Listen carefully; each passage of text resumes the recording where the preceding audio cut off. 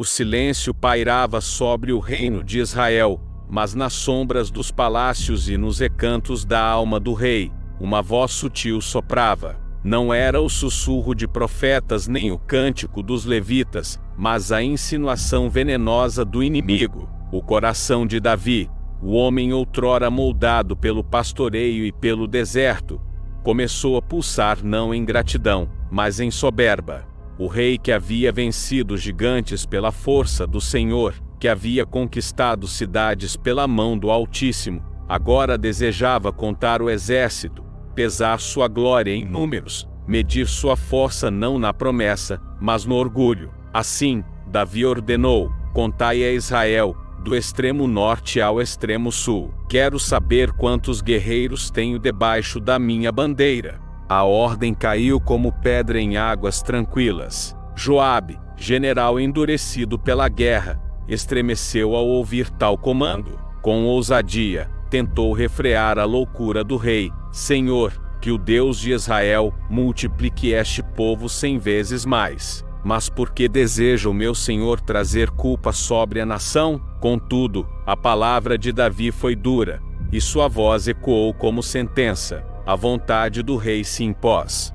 Durante meses, os oficiais percorreram as tribos, anotando cada nome, cada homem capaz de manejar espada. O censo prosseguiu como um ato de vaidade, e o céu, obscurecido, fitava em silêncio. Não havia cântico de louvor em tal contagem, mas apenas o registro frio de uma confiança desviada. Quando o número final chegou diante do trono, não havia celebração celestial, apenas a sombra do juízo. O orgulho havia sido revelado. Davi havia esquecido que a força de Israel não estava na quantidade de lanças, mas no pacto eterno com o Senhor. E foi então que o coração do rei tremeu, como se uma lâmina oculta o tivesse ferido. Davi percebeu o peso do pecado. Seus olhos, antes cheios de triunfo, agora ardiam de angústia. Ele rasgou as vestes da soberba e clamou em pranto: pequei gravemente contra o Senhor. Fiz loucura em ordenar este censo. Ó Deus, perdoa o teu servo, pois agi em insensatez. Mas o arrependimento tardio não detém a justiça. O Eterno havia decidido visitar o erro do rei com disciplina, pois o trono de Israel não estava acima da lei divina. A soberba, ainda que em um coração escolhido, merecia ser esmagada sob o peso do fogo santo. E enquanto o clamor de Davi subia aos céus, a resposta de Deus descia em silêncio. O juízo estava à porta. O dia amanheceu carregado de presságios. Os ventos sopravam como mensageiros invisíveis, trazendo consigo o peso da ira divina. Foi então que Gad, o profeta e vidente de Davi, entrou nos portões do palácio. Não veio com música nem com encorajamento, mas com a severidade da palavra do Altíssimo. Seus olhos eram como tochas, e sua voz, como o trovão distante que anuncia a tormenta. Assim diz o Senhor, proclamou: 3 castigos te são oferecidos. Escolhe, ó Rei de Israel, qual deles cairá sobre ti e sobre o teu povo. 3 anos de fome devorando a terra, deixando campos áridos e lares vazios. 3 meses fugindo diante dos inimigos, sendo consumido pela espada dos que te odeiam. Ou 3 dias da peste do Senhor, que atravessará Israel como fogo invisível, ceifando vidas do nascer ao pôr do sol. As palavras eram punhais enfiados no coração de Davi. O rei, que outrora havia escolhido armas contra gigantes, agora se via sem força, cercado por juízos igualmente letais. Seus olhos se ergueram para o profeta, e sua voz quebrou em angústia. Estou em grande aperto, mas caia eu nas mãos do Senhor, porque são muitas as suas misericórdias. Não me deixes cair nas mãos dos homens. A escolha, nascida não de confiança plena, mas de temor, foi lançada diante do Eterno. Então, como trovão que rasga o céu, a praga desceu. Em um único sopro, o anjo do Senhor estendeu a mão sobre Israel. Não havia barulho de guerra, nem o som de espadas. Era um inimigo invisível, caminhando pelas ruas, penetrando nas casas, deitando-se sobre leitos, e onde tocava, a vida se extinguia. De Dan a Berseba, os campos ficaram silenciosos, pois os gritos do trabalho foram substituídos pelo lamento dos mortos. 70.000 homens caíram em poucos dias, como folhas varridas pelo vento da ira. O povo, que nada escolhera, agora gemia sob o peso da culpa de seu rei, mas o cenário tornou-se ainda mais aterrador. O anjo do Senhor, com sua espada desembainhada, avançou até Jerusalém. Sobre a cidade santa pairava a lâmina flamejante, pronta para consumir o coração do povo escolhido.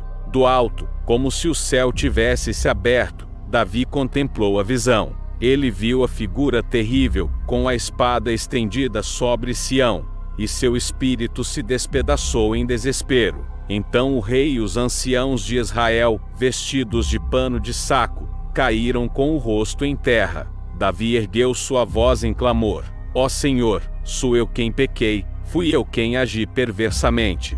Mas estas ovelhas, que fizeram? Volta a tua mão contra mim, e contra a casa de meu pai. Era o brado de um rei quebrado, a súplica de um pastor que reconhecia que seu orgulho havia conduzido o rebanho à morte. Mas a espada do Senhor ainda permanecia suspensa sobre Jerusalém, aguardando a ordem final. A cidade inteira prendia a respiração, como quem aguarda o som do último selo a se partir.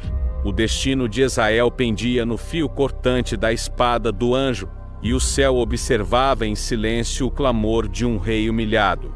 O silêncio que pairava sobre Israel depois da mortandade era pesado demais para ser esquecido. Cada família que perdera um filho, um pai ou um irmão sabia que aquele sangue não era fruto do acaso, mas da ira santa de Deus. Davi, coberto de vergonha, continuava prostrado diante do Senhor, mas havia ainda um último ato no enredo do juízo, o altar que selaria a reconciliação. O profeta Gad, homem de visão e mensageiro do Altíssimo, aproximou-se do rei e trouxe-lhe a ordem divina: subir ao monte de Araúna, o Jebuseu, e ali levantar um altar ao Senhor. Não bastava arrependimento silencioso, nem lágrimas escondidas. Era preciso sacrifício, sangue sobre a pedra, fogo no altar. Pois diante do Deus de Israel, arrependimento verdadeiro exige entrega, exige preço, exige o selo da obediência. Davi obedeceu, subiu a eira de Araúna, onde o homem estrangeiro ofereceu-lhe de graça o campo, a lenha e os bois. Mas o rei, que aprendera no amargo caminho da soberba o peso da ira divina, respondeu com uma frase que ecoaria através das eras: de maneira nenhuma oferecerei ao Senhor, meu Deus, holocaustos que não me custem nada. O juízo havia nascido da vaidade, mas a restauração nasceria do sacrifício. E ali, no alto do monte, Davi ergueu o altar. O sangue dos animais correu sobre a terra como sombra profética de outro sangue que, no futuro, seria derramado não por soberba, mas por obediência perfeita. Quando o fogo consumiu o sacrifício, o anjo que empunhava a espada sobre Jerusalém recolheu a lâmina e a praga cessou. O silêncio que se seguiu não era mais o silêncio da morte, mas o da paz restaurada. Mas a memória da tragédia jamais desapareceu. 70.000 túmulos se tornaram testemunhas de que o orgulho humano pode despertar a ira divina e arrastar uma nação inteira para o abismo. Israel aprendera que a soberba de um só homem poderia custar o futuro de muitos, mas também que a intercessão e o sacrifício poderiam conter a fúria de Deus. E foi ali, naquele mesmo monte, que séculos mais tarde se ergueria o Templo de Salomão, lugar onde o povo de Israel se prostraria diante da glória do Senhor. O chão manchado pelo choro e pelo sangue da praga tornou-se solo santo, lembrando para sempre que onde abundou o juízo, também ali se revelou a graça. O juízo divino, portanto, não é apenas destruição, é também purificação, é o fogo que consome a soberba, mas abre caminho para a verdadeira adoração. A peste que devastou Israel revelou que nenhum rei está acima de Deus, Nenhum poder humano pode desafiar o Eterno sem colher ruína. Mas também revelou que o coração quebrantado, o altar erguido em obediência e o sangue derramado segundo a ordem divina, são capazes de trazer reconciliação. Assim, a história ecoa como um sussurro sombrio através dos séculos. A soberba gera a morte, mas a obediência restaura a vida.